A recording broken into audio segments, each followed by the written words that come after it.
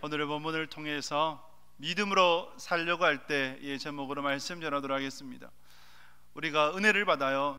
그러면 그 은혜 받은 대로 살고자 결심하지 않습니까? 믿음대로 살아야지라는 결심을 하게 됩니다. 그때에 우리에게 어떤 일이 벌어질까요? 마치 주단이 펼쳐지는 것처럼 순적하게 좋은 일들만 우리에게 일어날까요? 아니면 여러 가지 어려움과 힘듦, 시험도 있고 시련도 있고 고난도 생겨나게 될까요?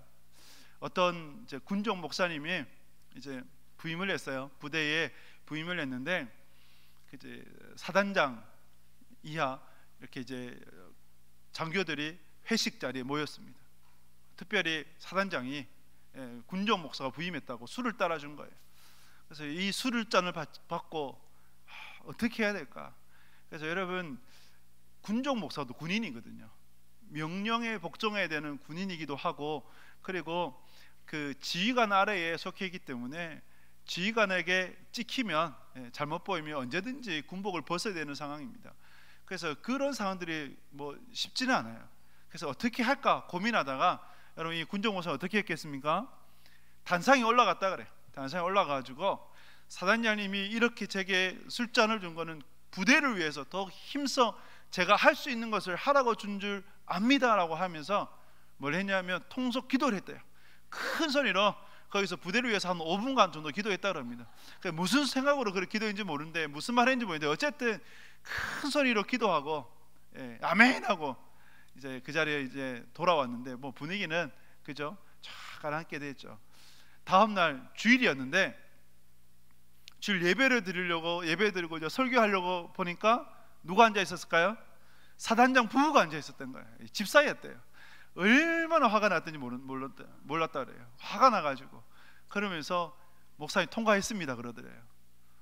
이렇게 여러분, 우리가 믿음으로 살려고 할 때 우리에게 순종한 일들만 이루어지냐? 그렇지 않아요. 시험도 있고 유혹도 있고 고난도 있어요. 그래서 우리가 잘 해석해 나가야 되는 거죠. 오늘 본문의 모세도 그래요.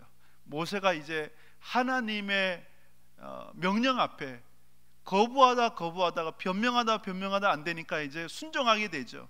순종을 하면, 그러면 순종한 일들만 이루어져야 되는데 모세에게 그러지 않았다는 거예요. 어려움도 있었어요. 그래서 왜 이 어려움들, 우리에게 일어나는 일들 가운데 순종함만은 있지 않다, 어려움도 있다. 그러면 이 어려움들을 어떻게 우리가 이해하고 해석해야 되겠는가, 어떻게 신앙하며 나가야 되겠는가를 오늘 모세를 통해서 우리가 배워보도록 하겠습니다. 먼저 우리 출애굽기 4장 18절 말씀 같이 읽겠습니다. 모세가 그의 장인 이드로에게로 돌아가서 그에게 이르되, 내가 애굽에 있는 내 형제들에게 돌아가서 그들이 아직 살아있는지 알아보려 하오니 나로 가게 하소서. 이드로가 모세에게 평안히 가라 하니라. 아멘. 모세가 아내 십보라 그리고 두 아들 게르손과 엘리에셀을 데리고 애굽으로 가려고 합니다. 애굽으로 가려고 했을 때에, 가려고 할 때 먼저 모세는 장인 이드로를 찾아가요. 왜 이드로를 찾아가겠습니까? 생명의 은인 아니겠어요? 광야에서 홀로 있을 때 도망쳐 나와서 어디에 갈지 모를 그때에 누가 거둬줬어요? 이드로가 거둬줬죠. 그래서 생명의 은인이에요. 그리고 그 당시에 고대 근동 문화에서의 부족, 족장에게 허락을 맡아야 이동이 가능했습니다. 그래서 이런저런 이유로 이드로를 찾아가서 이런저런해서 애굽에 가려고 합니다라고 얘기를 하니까 이드로가 뭐라 얘기합니까? 평안히 가라, 축복해 주면서 평안히 가라 얘기를 합니다. 여러분, 야곱과 라반의 관계를 이 말씀 보면서 떠올리게 돼요. 야곱이 라반을 떠날 때 어떻게 떠났습니까? 야반 도주했죠, 그죠? 밤에 도망쳐 버렸어요. 또 아내 라헬은 아버지 라반의 드라빈까지 훔쳐가지고 떠났죠. 이 소식을 들었던 라반이 어떻게 했습니까? 또 뒤쫓아왔어요. 이러한 관계, 너무 안타까운 관계 아니에요? 불화. 그러나 이 모세와 이드로는 너무나 아름다운 관계. 그래서 여러분들이 모세와 이드로와의 같은 그런 관계를 맺어가며 살아갈 수 있기를 축복합니다. 떠나보낼 때 축복하고, 그죠? 서로를 축복할 수 있는 관계. 그리고 인생이 언제 어디서 다시 만날지 모르잖아요, 그죠? 언제 어디 다시 만날지 몰라요. 제가 이러면 일산에서 사역하는데 장례가 있어가지고 혼자서 어디 갔냐면 광주로 갔거든요. 전라도 광주에. 그래서 이제 화순에 가야 돼서 전라도 광주에 갔는데, 전라도 광주에 가니까 누가 저한테 인사를 하더라고요. 목사님 안녕하세요. 예, 광주에서. 누군가 봤더니 우리 교회 교인이에요. 근데 뭐 교인이 10,000명이 넘으니까 모르죠. 그래서 몰라서 그러냐고 인사하고, 그래서 깜짝 놀랐어요. 야, 전국에서도 알아보는구나. 그래서 조심해야겠다. 행동을 잘해야겠다. 예. 그래서 어디든지 다 만날 수가 있는 거예요. 만날 수 있기 때문에 여러분, 서로를 축복하며 보낼 수 있는 관계가 아름다운 관계입니다. 그러한 관계를 맺어가는 여러분 꼭 되시기 축복합니다. 이렇게 이드로의 축복을 받았어요. 그리고 또 좋은 소식이 들려와요. 출애굽기 4장 19절에 보게 되면, 19절 말씀 같이 읽겠습니다. 여호와께서 미디안에서 모세에게 이르시되 애굽으로 돌아가라. 내 목숨을 노리던 자가 다 죽었느니라. 아멘. 모세의 목숨을 누리던 자가 다 죽었다 얘기합니다. 모세를 죽이고 했던 바로가 누구였냐면 투트모스 3세였어요. 투트모스 3세는 그 아버지 이세와 그리고 그 궁녀 사이에 태어난 서자였거든요. 예. 투트모스 2세의 원부인이 누구냐면 하셉투스 공주였어요. 하셉투스 많이 들어봤지 않습니까? 모세를 물에서 건져내었던 공주가 하셉투스였어요. 그러면 이 바로와 모세는 어떤 사이입니까? 형제가 아니죠. 배다른 형제라고 할 수가 있죠.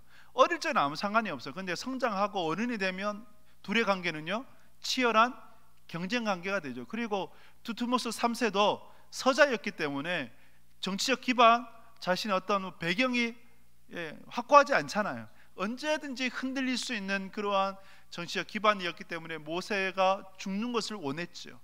이러한 투트모스 3세가 죽었다는 거예요. 뭐 학자들은 BC 한 1450년 경으로 보고 있는데, 어쨌든 이 모세의 목숨을 노리던 자가 다 죽었다고 하나님께서 말씀해요. 그러면 모세가 애굽으로 가는 길은 어때요? 한결 가볍죠.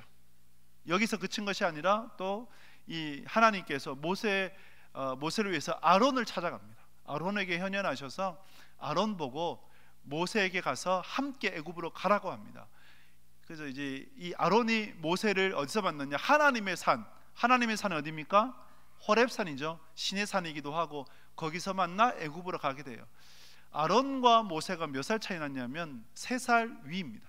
아론이 3살 위였어요. 이렇게 순족함이 이루어져요. 여러분, 우리가 인생 살아가면서 순족할 때가 많아요. 제가 이제 이번 주에 전도하는데, 금요일 날에 제가 너무 이렇게 좀 솔직히 이제 기분이 좋아가지고 금요일 날 전도하러 나갔는데, 전도하다가 여기 어디죠? 학성공원 앞에서 어떤 분을 만났는데 이런 이야기하는 거예요. 예수님 믿으시고 처음 가시라고 전도하는데 한 여성분 3분이 계셨는데, 그래서 하시는 말씀이, 우선 동부교회 이제 목사님이 새로 왔는데 너무 좋다더라. 그 얘기 들어가지고 제가 계속 물었어요. 왜 좋아요? 뭐가 좋아요? 더 듣고 싶어가지고. 제가 그러고, 이게 제가 담임 목사라고 얘기하니까 이 목사님이 이 분이 뭐라 얘기하냐면, 그러냐면서 이렇게 이제 그렇게 환영해주고 또 좋은 만남이었죠. 근데 여러분, 전도하다 이렇게 좋은 만남만 있지 않아요.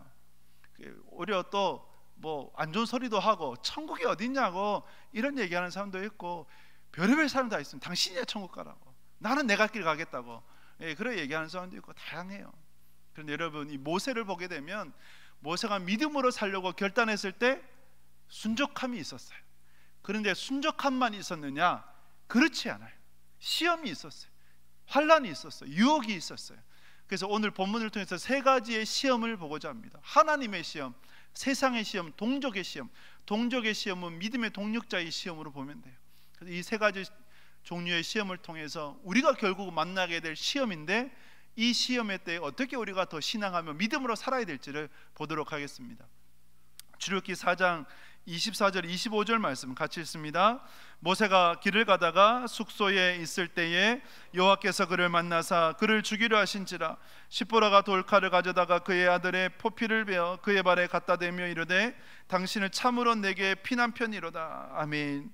모세가 길을 가다가 숙소에 머물렀어요. 숙소라는 것은 여러분, 대상들, 즉 상인들이, 거대한 상인들이 이제 머무는 임시 휴식처가 되는데, 숙소에 머무는 그곳에서 하나님께서 모세를 찾아오셔서 모세를 죽이고자 하셨어요. 모세가 하나님의 그 명령 앞에 순종하고 이제 애굽으로 가는 길이잖아요.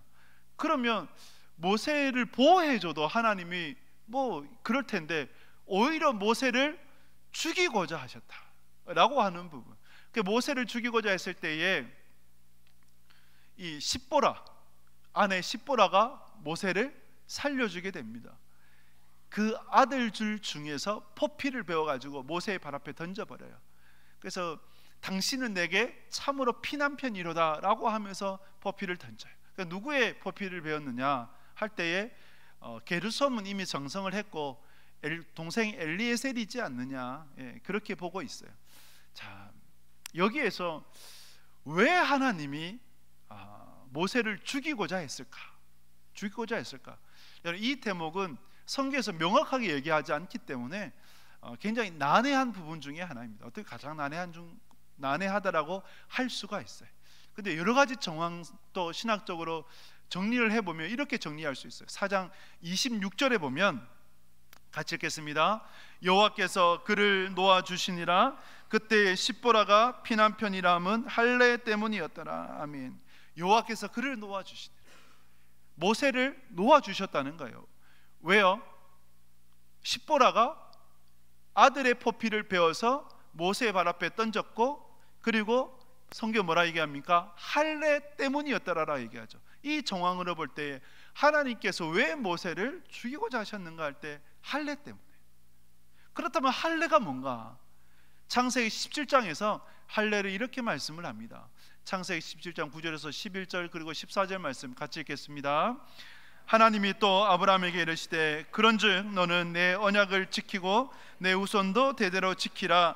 너희 중 남자는 다 할례를 받으라. 이것이 나와 너희와 너희 후손 사이에 지킬 내 언약이니라. 너희는 포피를 베어라. 이것이 나와 너희 사이 언약의 표징이니라. 할례를 받지 아니한 남자 곧 포피를 베지 아니한 자는 백성 중에서 끊어지리니 그가 내 언약을 배반하였음이니라. 아멘. 여러분, 할례는 뭡니까? 할례는 언약이에요. 하나님과 이스라엘 백성, 그래서 하나님의 백성 된다라고 하는 언약이고 그 증거 표징이 바로 할례였습니다. 그래서 할례를 받지 않으면 하나님의 그 백성에 속하지 않는 거예요. 그래서 여러분 창세기 34장에 보면 세겜족을 학살할 때 야곱의 두 아들 시몬과 레위가 세겜에게 뭘 요구합니까? 뭘 받아라고요? 할례를 받아라, 할례를 행해라 라고 거짓말을 하죠. 이만큼 할례라고 하는 것은 이스라엘 백성이 된다라고 하는 언약이고 표징이에요. 그런데 어떤 이유인지 모르겠는데 모세가 그 아들에게 할례를 안 한 거예요. 행하지 않은 거예요. 이것은 언약을 배반한, 언약을 어겼다라고 보는 거죠. 그래서 하나님께서 모세를 죽이고자 하셨다. 근데 죽이고자 하셨다기보다 모세가 할례를 행하도록 그렇게 하나님께서 모세에게 다가가셨다라고 보는 것이 맞지 않을까요? 여기에서 하나님의 일하심을 보게 됩니다. 여러분, 하나님의 일하시는 과정을 보게 되면 하나님께서 훈련시키시죠, 그죠? 준비시키세요. 그래서 때가 되셨을 때 콜링 부르세요. 그 다음에 사명을 주시죠. 사명을 주신 후에 하나님이 함께 하시되잖아요. 함께 하시기 위해서 뭐가 필요할까요? 거룩이 필요한 거예요. 거룩해야 돼요.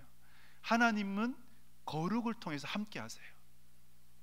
그래서 그 거룩을 위해서, 정결함을 위해서 하나님은 할례를 행해라고 말씀을 하신 거죠. 야곱이 있지 않습니까? 창세기 34장에서 세겜 사건을 통해 더 이상 세겜에 머물 수가 없었어요. 그리고 야곱의 잘못된 선택이었어요. 하나님의 선하시고 기뻐하시고 온전한 뜻이 무엇이 분별하지 못했어요.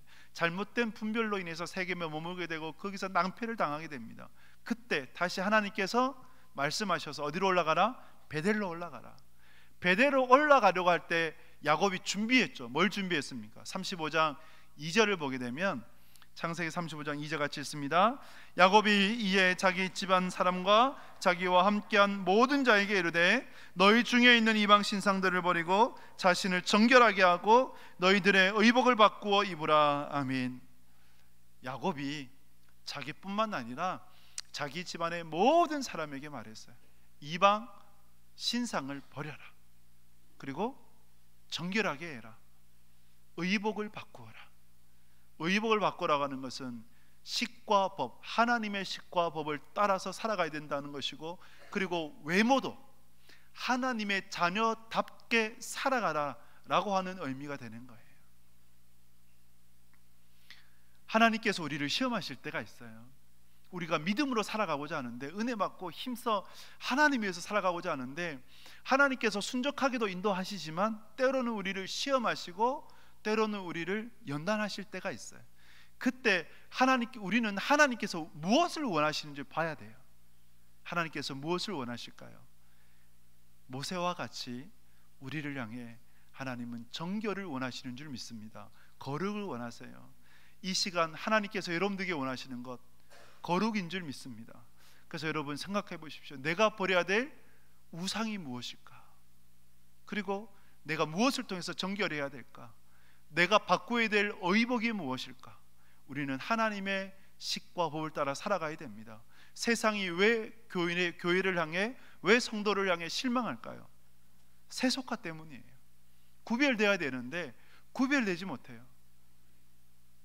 교회를 다닌다는 것과 성경을 들고 다닌다는 것과 입술에서 주여 주여 외치는 것 외에는 다른 것이 없다라고 해버리면, 그러면 여러분 하나님의 영광을 드러낼 수가 없죠. 그것이 세속하거든요. 다를 바가 없는 삶. 하나님은 그것을 결코 원치 않으세요. 여러분들이 이 땅에서 거룩해질 수 있기를 축복합니다. 정결할 수 있기를 축복합니다. 우상을 버리십시오. 여러분들 안에 있는 정결함을 그리고 새롭게 하길 바라고, 여러분들의 의복을 바꿀 수 있는, 그래서 하나님의 자녀로서 자녀답게 살아가는 복된 인생 꼭 되시길 주님의 이름으로 축복합니다. 두 번째, 세상의 시험입니다. 출애굽기 4장 21절 말씀 같이 읽겠습니다. 여호와께서 모세에게 이르시되 내가 애굽으로 돌아가거든 내가 내 손에 준 이적을 바로 앞에서 다 행하라. 그러나 내가 그의 마음을 완악하게 한즉 그가 백성을 보내주지 아니하리니. 아멘. 여러분, 여기에서 하나님께서 바로가 쉽게 보내주지 않을 거다. 왜냐하면 하나님이 바로의 마음을 어떻게 하셨다고요? 완악하게 하셨다라고 말씀을 합니다. 그래서 우리는 이 완악함, 하나님께서 바로의 마음을 완악하게 하셨다는 것에 대해서 오해를 해요. 어떤 오해를 하냐면, 하나님이 악한 마음을 주셨고 그 악한 마음을 통해서 이스라엘 백성들을 이제 애굽에서 나오게 할 때 심판할 수밖에 없는 상황으로 만들어 가셨다라고 그런 오해를 합니다. 마치 드라마에 보면 그런 드라마가 있더라고요. 이제 예를 들면 그 마약 중독자 있죠, 그죠? 마약 중독자가 마약 중독으로 수감을 하고 이제 출소를 했어요. 출소를 했는데 이제 그 형사들이, 경찰이 그 실적이 필요하니까 덫을 놔요. 출소하자마자 마약 공급책에 통해서 단둘만 있고 마약을 딱 줘요. 투여할 수밖에 없는 상황을 만들어 버리죠. 이 마약 중독자가 버틸 수 있을까요? 못 버티죠. 그래서 투여를 해요. 투여하는 순간에 누가 나타나요? 경찰이 나타나가지고, 너무 진지하게 들으실 필요는 없고, 경찰이 나타나가지고 마약 사범을 어떻게 검거하는 거죠, 그죠? 그래서 이렇게 덫을 놔가지고 상황을 만들어가는. 근데 마치 하나님께서 그러한 사람, 그러한 신처럼 보여지는 거죠. 오늘 이 말씀만 보게 되면 바로의 마음을 완악하게 하사, 옛날 표현으로는 강팍하게 하사. 그래서 이 강팍하게 하다, 완악하게 하다는 것은 출애굽 할 때까지 계속해서 나오잖아요. 10가지 재앙, 그 이후에 홍해 앞에 갈 때까지 바로의 마음이 나와요. 근데 우리는 이것을 잘 이해해야 됩니다. 여러분, 이렇게 이해하시면 돼요. 하나님의 의도적인 행동이 아니라 결과적인 행동이었다. 즉 바로가 원래 완악했고 원래 악했고 그 악함을 하나님은 우리가 유기라고 얘기하죠. 내버려 두신 거예요. 내버려 두신 거예요. 로마서를 볼까요? 로마서 1장 28절 말씀 같이 읽겠습니다. 또한 그들이 마음에 하나님 두기를 싫어하며 하나님께서 그들을 그 상실한 마음대로 내버려 두사 합당하지 못한 일을 하게 하셨으니. 아멘. 하나님을 믿지 않는 자, 우리는 그것을 자연인이라 얘기해요. 왜? 이제 하나님을 모른 채 살아가기 때문에 그 자연인이 하나님을 마음에 두기를 싫어해요. 그러면 하나님은 그 사람을 어떻게 할까요? 그냥 두시는 거예요. 그래, 너 마음대로 살아. 왜요? 그 사람은 하나님의 백성이 아니기 때문에. 만약에 하나님의 백성이라면 방치할까요? 아니죠. 때로는 교훈하고, 때로는 책망하고, 때로는 매도들기도 하시고, 시험도 주시고, 환난도 주시고, 그래서 돌아오도록 하시죠. 그런데 이 자연인은, 하나님 오는 사람은 하나님 백성이 아니기 때문에 그냥 내버려 두시는 거예요. 여러분들이 이러면 길 가다가 모르는 사람인데, 전혀 모르는 사람이에요. 그 사람이 뭘 잘못해요. 잘못할 때 여러분들이 그냥 내버려 둡니까? 아니면 거기 가서 이러면 야단치고 그러면 안 돼요 라고 하면서 윽박지르고 그렇게 이제 자식처럼 그렇게 교훈합니까? 전자입니까? 후자입니까? 어떤 사람은 가서 막 야단치고 하는 사람도 있기도 해요. 근데 대부분의 사람들이 그냥 내버려 두죠. 왜요? 나와는 상관이 없잖아요. 그런 것처럼 하나님은 바로에게 있어서요, 하나님의 백성이 아니에요. 그래, 바로는 원래 완악했어요. 그 완악함을 하나님은 그냥 방치, 유기, 내버려 두신 거예요. 그래서 이 바로의 완악함은 하나님의 의도적인 행동이 아니라 결과적인 행동이다. 바로 스스로가 완악했다. 또 완악할 수밖에 없는 것이 뭡니까? 왜 모세를 죽이고자 해요? 자신의 권력을 유지하기 위해서. 왜 이스라엘 백성들을 내보내줄 수 없습니까? 자신의 권력을 유지해야 되잖아요. 노예 200만 명이 순식간에 빠져나간다. 그러면 그것을 누가 대체합니까? 그죠? 그 원성을 누가 들어요? 바로가 다 들어요. 그러면 그 어떤 정권이 흔들릴 수밖에 없기 때문에 바로는 스스로의 그 악함으로 말미암아 하나님 두기를 싫어했던 거죠.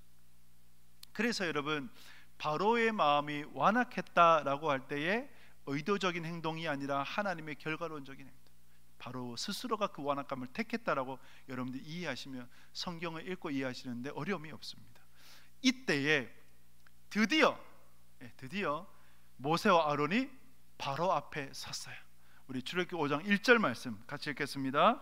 그 후에 모세와 아론이 바로에게 가서 이르되 이스라엘 하나님 여호와께서 이렇게 말씀하시기를 내 백성을 보내라. 그러면 그들이 광야에서 내 앞에 절기를 지킬 것이니라 하셨나이다. 아멘. 하나님께서 모세와 아론에게 말씀하신 그대로 전달을 했죠.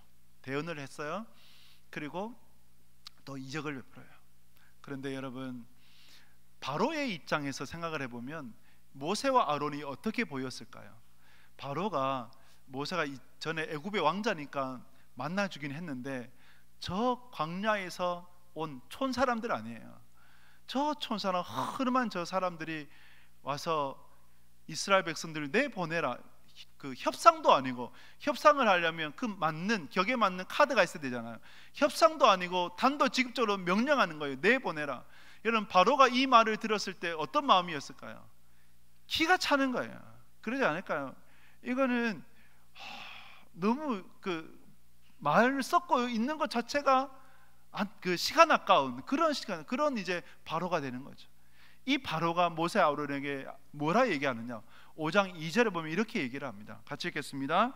바로가 이르되 여호와가 누구이기에 내가 그의 목소리를 듣고 이스라엘을 보내겠느냐? 나는 여호와를 알지 못하니 이스라엘 보내지 아니하리라. 아멘. 바로는 모세와 아론은 아무런 안중에도 없어요. 그런데 신은 생각이 되는 거죠. 그들이 믿는다고 하는 신은.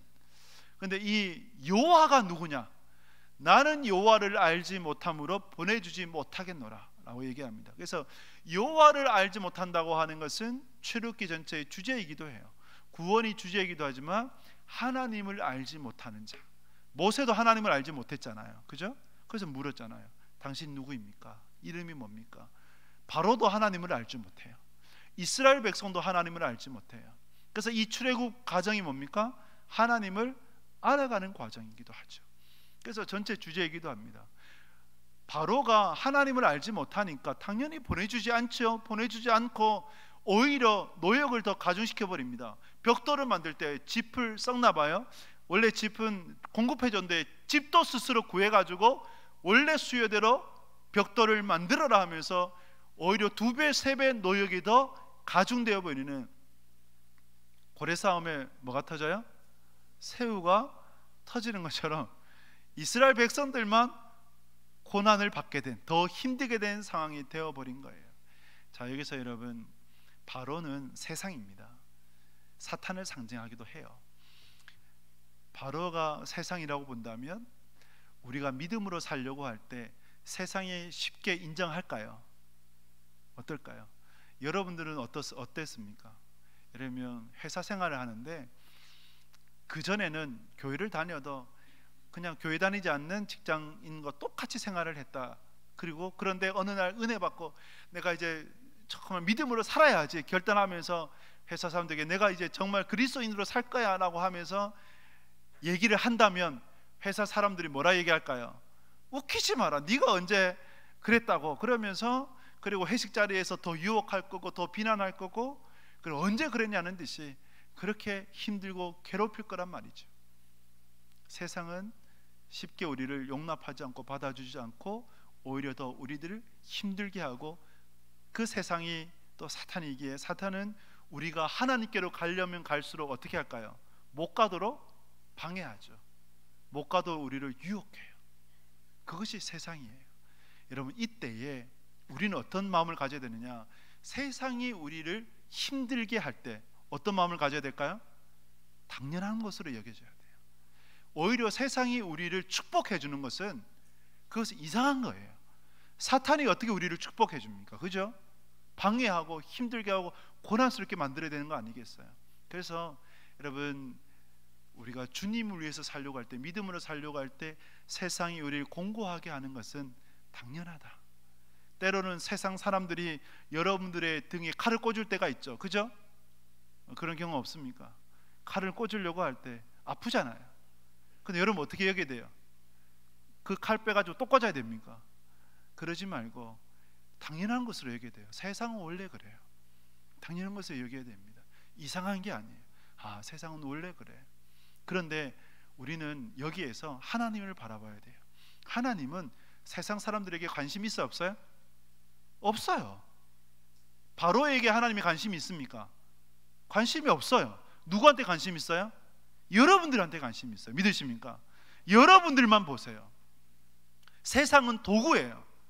그래서 여러분들을 연단하는 도구로 하나님이 사용하실 뿐이지, 오로지 하나님은 여러분들을 바라보시고 여러분들이 하나님의 자녀로서 더 성숙하고 하나님의 기쁨, 하나님의 영광으로 나아가기를 원하신다는 거죠. 그래서 우리는 누구를 바라봐야 돼요? 하나님만 바라봐야 돼요. 여러분, 미국의 콜로라도 협곡에 가면 아이언우드라는 나무가, 가시나무가 있다고 그래요.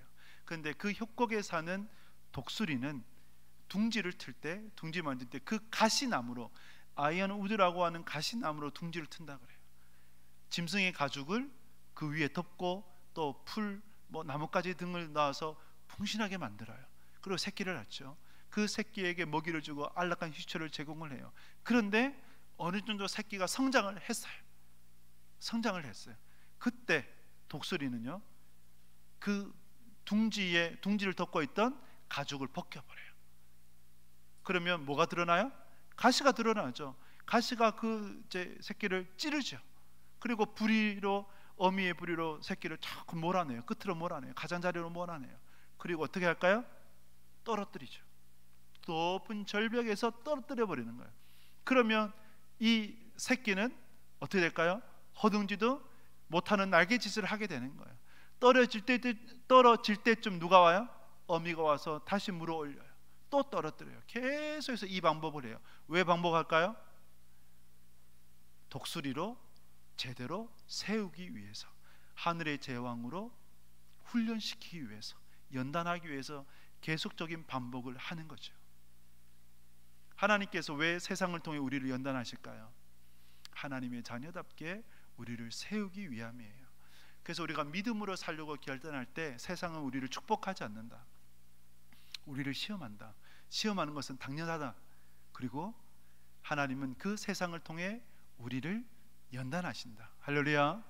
그 진리를 바라보는 여러분 될 수 있기를 축복합니다.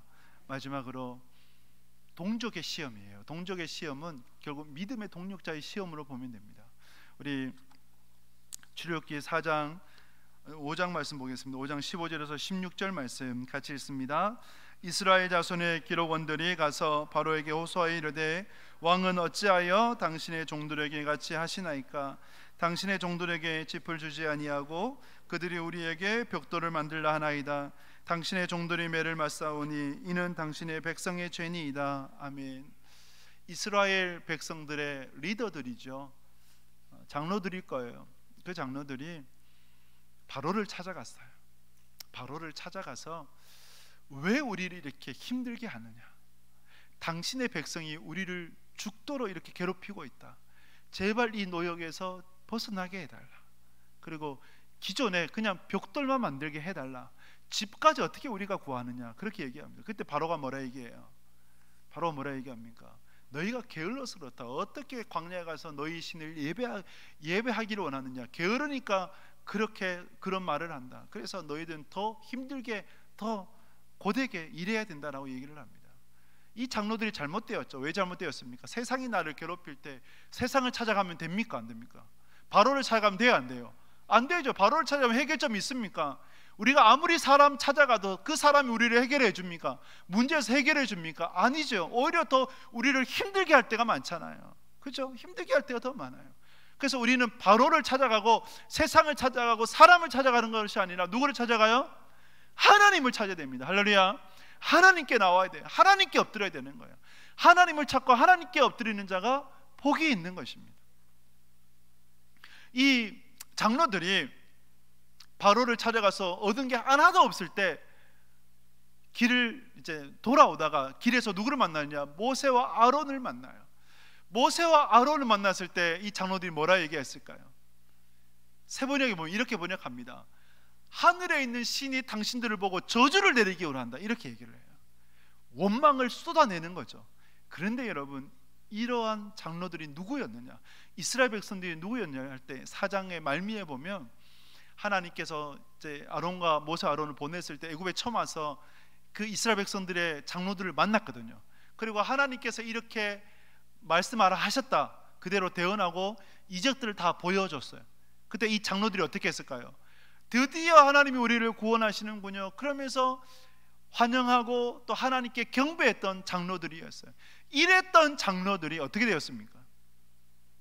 자기들에게 조금이라도 피해가 있게 되자, 더 고난에 처하게 되자 모세와 아론을 어떻게 해요? 원망하는 거죠. 원망하는 거죠. 우리가 믿음으로 살려고 할 때 내 옆에 있는 믿음의 동력자조차도 때로는 우리의 시험이 될 수가 있습니다. 가족도 우리를 비난할 때가 있어요. 가족조차도. 예수님을 볼까요? 마가복음 3장 21절 말씀을 보면 같이 읽겠습니다. 예수의 친족들이 듣고 그를 붙들러 나오니 이는 그가 미쳤다 하밀라라. 아멘. 여러분, 예수님께서 공생애를 시작을 하시고 이적들을 행하셨죠. 복음을 전파하시고 말씀을 가르치시고 병든 자들을 고치셨어요. 근데 그때 소문이 들려요. 뭐 좋은 소문도 들리지만 나쁜 소문도 들려요. 예수가 귀신이 들려 귀신의 힘에 입입어서 저렇게 이적을 베푼다라는 소식이 들려와요. 가족들이 민감하죠. 가족들이 들으니까 가족들이 뭐라 생각했느냐? 예수가 미쳤다. 그러니까 미쳤다는 의미가 귀신 들렸다. 그래서 예수를 붙들어 가지고 그 귀신 들린 짓을 못하게 해야 된다, 이렇게 여겼던 거예요. 가족조차도 예수님의 사역을 방해했어요. 이스라엘 백성들은 어땠습니까? 예수님 시대 때에 예수님께서 예루살렘 성에 입성할 때 예수님을 향해서 뭐라고 외쳤습니까? 호산나, 다윗의 자손이라고 그렇게 외쳤잖아요. 그 종려나무를 깔고 그리고 흔들면서 자기의 옷가지를 깔고 그렇게 예수님을 영접했는데, 그런데 예수님께서 십자가에 못 박혀 죽으시는 그 사건을 통해서 그들이 180도 바뀌어버렸죠. 바나바가 아니라 오히려 예수를 십자가에 못 박아 죽게 해야 된다라고 외쳤던 이들이 그 환호했던 군중들 아닙니까? 이렇게 내 주변에 있는 사람들조차도 나를 고통스럽게 만들 수가 있다는 것을 여러분들이 생각할 수 있어야 돼요. 그런데 여러분, 그들이 그렇게만 있는 존재들인가? 아닙니다. 바뀌어져요. 변화되어져요. 예수님의 사역을 방해했던 가족들을 보게 되면 그 가족들이 어떻게 바뀌었습니까? 동생 야고보가 성경을 기록했죠. 야고보서를 기록한 사람이 동생 야고보예요.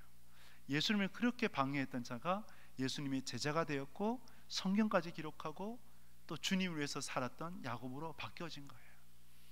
그래서 여러분, 지금 여러분들을 시험 들게 하고 힘들게 하는 주변에 있는 동력자조차도, 믿음의 사람조차도, 가족조차도 바뀌어질 수 있다. 할렐루야. 변화될 수 있다. 그럼 우리는 어떤 마음을 가져야 될까요? 어떤 마음을 가져야겠습니까? 품어야죠. 그들을 품어야죠. 그리고요, 기도해 줄 수 있어야 되죠. 그들을 위해서 기도해 줄 수 있어야 됩니다. 여러분, 주변에 있는 이들을 향해 품을 수 있는 여러분 될 수 있기를 축복합니다. 여러분들에게 상처를 줬던 사람들을 품길 바라요. 품는 것을 나아가서 축복하며 기도할 수 있는 여러분들이 되시길 주님의 이름으로 축복합니다. 말씀을 했습니다. 오늘 말씀의 제목이 믿음으로 살려고 할 때예요. 모세가 믿음으로 살려고 할 때, 믿음으로 순종하며 나아갔을 때 순종함만 있었느냐? 아니에요. 시험이 있었고 고난이 있었고 고통이 있었어요. 하나님이 시험하세요. 왜 하나님이 시험하시는가? 무엇을 원하세요? 거룩을 원하세요. 정결함을 원하세요. 그것을 잊지 마시길 바랍니다. 그리고 세상이 시험해요. 여러분, 세상이 나를 시험할 때 어떻게 여겨라고요? 당연한 것으로 여겨야 돼요. 세상은 원래 그래요. 그러나 하나님의 관심은 세상에 있지 않고 나에게 있다. 그래서 세상을 통해 나를 연단하신다는 것을 우리는 결국은 하나님만을 바라봐야 되는 거죠. 믿음의 동력자가 우리를 시험할 때가 있어요. 상처 줄 때가 있어요. 그때 품을 수 있는 여러분 될 수 있길 바라고, 그를 축복하며 기도할 수 있는 여러분들이 되셔서 믿음의 결단이 흔들리지 않고 천국가는 그날까지 한 걸음 한 걸음 담대하게 딛고 나아가는 여러분들이 꼭 되시길 주님의 이름으로 축복합니다.